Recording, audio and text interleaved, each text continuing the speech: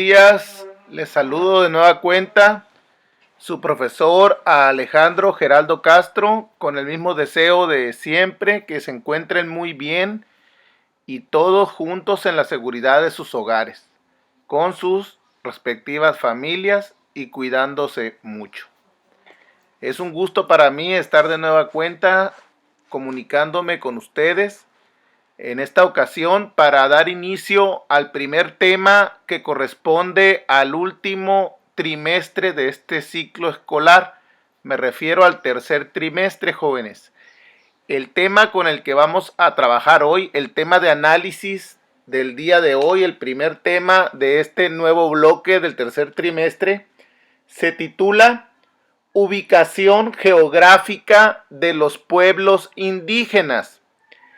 Y su aprendizaje esperado, lo que nos indica para aprender, dice: reconocerás la ubicación de los pueblos indígenas en el territorio nacional. Ese es el tema de hoy y el aprendizaje esperado, jóvenes. Espero que estén listos y con muchas ganas de estudiar. Pongamos atención. Muy bien, jóvenes, antes de comenzar con el análisis de este tema, al igual que en otras ocasiones, voy a indicarle las páginas en las que ustedes pueden seguir este mismo tema. Es a partir de la página 108 hasta la página 113 de su libro de historia. Página 108 hasta la 113. Pues bien, comencemos.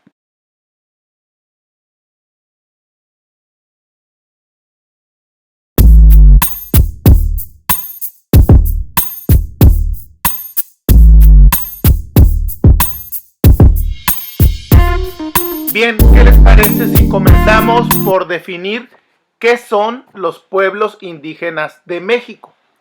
Los pueblos indígenas mexicanos son distintas comunidades y grupos étnicos que asumen una identidad y una tradición cultural en base a los antiguos pueblos autóctonos de la región, que en el pasado conocimos como Mesoamérica, una de las más densamente pobladas de las épocas prehispánicas, o sea, antes de la llegada de los conquistadores españoles. De hecho, el territorio mexicano se caracterizó por la presencia de robustas e importantes culturas prehispánicas, muchas de las cuales desaparecieron del todo, pero dejaron un legado, una herencia arquitectónica, artística y arqueológica de suma importancia, como la cultura azteca, maya, olmeca, tolteca, mixteca, zapoteca, teotihuacana, etcétera, entre otras muchas más, jóvenes, solo por citar algunos ejemplos. Sin embargo, debido a su historia de exterminio por parte de los conquistadores hispanos y de la imposición cultural durante la época de la colonia, aunado a las enfermedades que trajeron los conquistadores españoles y para la cual los indígenas no estaban preparados, pues en conjunto causaron mucha mortandad entre la antigua población indígena mesoamericana, que antes de la llegada de los españoles era muy importante en habitantes. Hoy constituyen un porcentaje muy pequeño de la población total mexicana. Aún así, estas cifras no son nada despreciables en comparación con otros países también de América Latina, por lo que México constituye uno de los países con mayor presencia étnica y cultural originaria del continente americano.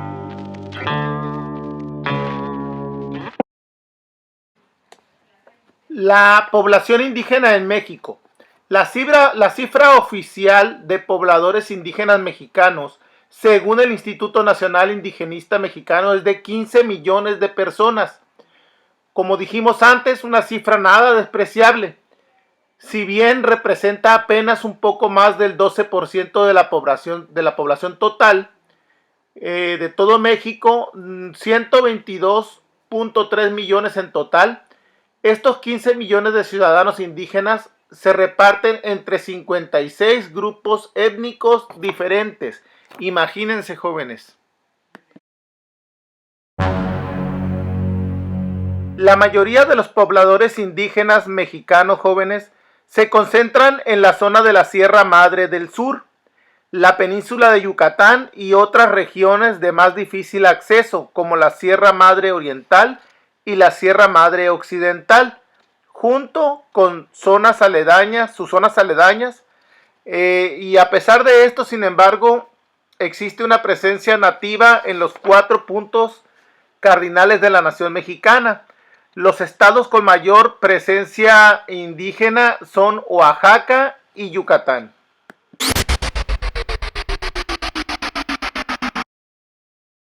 Los pueblos indígenas mexicanos sobrevivientes se agrupan en 56 etnias distintas, cada una con su configuración cultural y lingüística diferente. En esto, también nuestro país, México, se distingue de otras naciones de fuerte presencia indígena, en las que existen raíces lingüísticas semejantes para todas ellas. De estos grupos étnicos, los más numerosos son los nahuas, con 2,5 millones de habitantes ubicados en el centro del país. Están los mayas, con 1,5 millones de habitantes ubicados en la península de Yucatán. También encontramos a los zapotecas, con más de 770,000 habitantes, ubicada en los valles de la Sierra y el istmo de Tehuantepec en Oaxaca. Están también el grupo representado por los mixtecos, con más de 700,000 habitantes en la región de Puebla, Oaxaca y Guerrero. Está la región otomí, con más de 600,000 habitantes en el centro del país. Y también los totonacas, con más de 400,000 habitantes en la Sierra Madre Oriental. En lo que se refiere al idioma de estos grupos indígenas, podemos decir, jóvenes, que las lenguas indígenas están reconocidas como lenguas oficiales de los Estados Unidos mexicanos, nuestro país, aunque su uso oficial sea más bien reducido. Aún así, existen leyes escritas en estas lenguas, impartidas aún en la educación bilingüe, pero limitadas a los estratos socioeconómicos menos favorecidos. Hay también emisoras radiales de radio, folletos publicitarios y sitios en internet que buscan mantener viva muchas de estas lenguas originarias.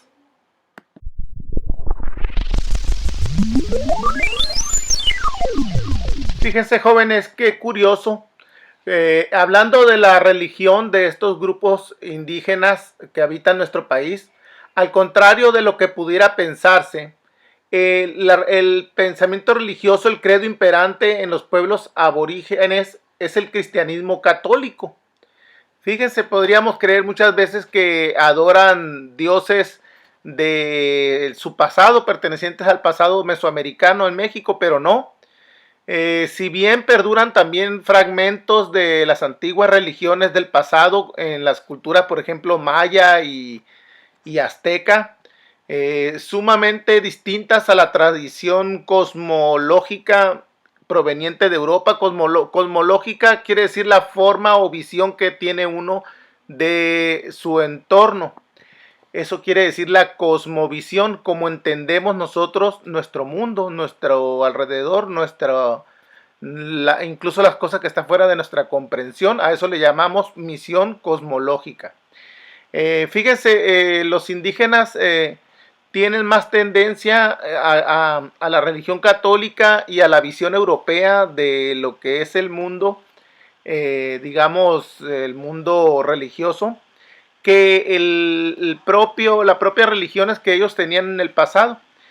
Sin embargo, jóvenes, la tendencia más fuerte y menos estructurada es la religión popular, la llamada religión popular entre ellos, es decir, la religiosidad sincrética. Un sincretismo es una mezcla entre dos cosas, jóvenes. Sincretismo, en este caso hablamos de un sincretismo religioso, que sería la mezcla entre las creencias indígenas religiosas y las creencias que trajeron los europeos. Entonces, esto se ha fomentado últimamente mucho entre los grupos indígenas y le llaman religión popular. Esto es incorporar elementos incluso también africanos, prehispánicos e incluso también asiáticos. Fíjense qué interesante, jóvenes. En el marco de una reinterpretación muy peculiar de los principios cristianos. O sea que los indígenas que habitan nuestro país tienen una mezcla de culturas que explican la religión, que explican sus creencias religiosas, con una predominancia, claro, ya dijimos, del cristianismo católico que trajeron los europeos, pero ellos incluyen elementos de otras culturas para interpretar a lo que ellos consideran que es Dios o su religiosidad.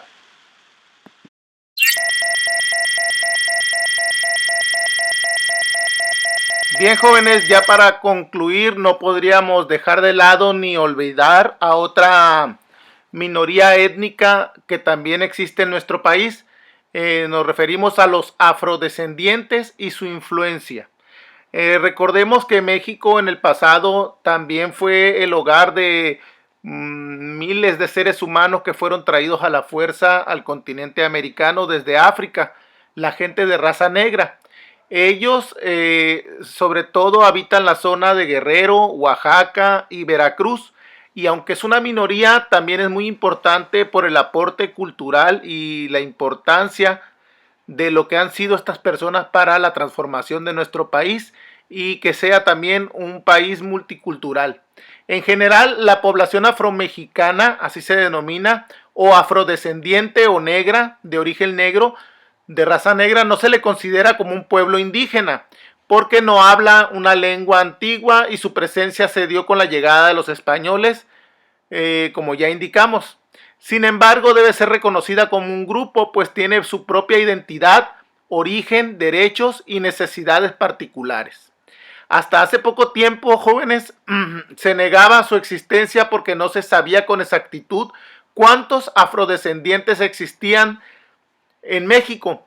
Pero a través de los censos y las investigaciones realizadas por nuestro gobierno, hoy sabemos que cerca de 1.380.000 personas se consideran afromexicanos. Y como pueden ver en la siguiente gráfica que ahorita mostraremos, su ubicación se concentra en los estados de Guerrero, Oaxaca y Veracruz, como ya dijimos también.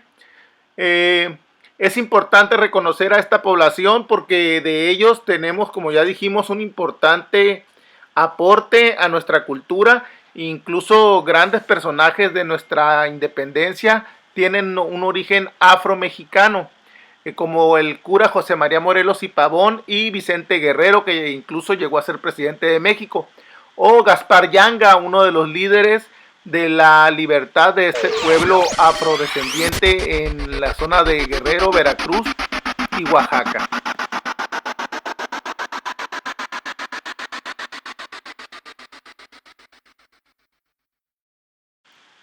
Pues bien, jóvenes, es así como concluimos este análisis hacia grandes rasgos de lo que son los pueblos indígenas en nuestro país, cómo se definen, cómo se integran.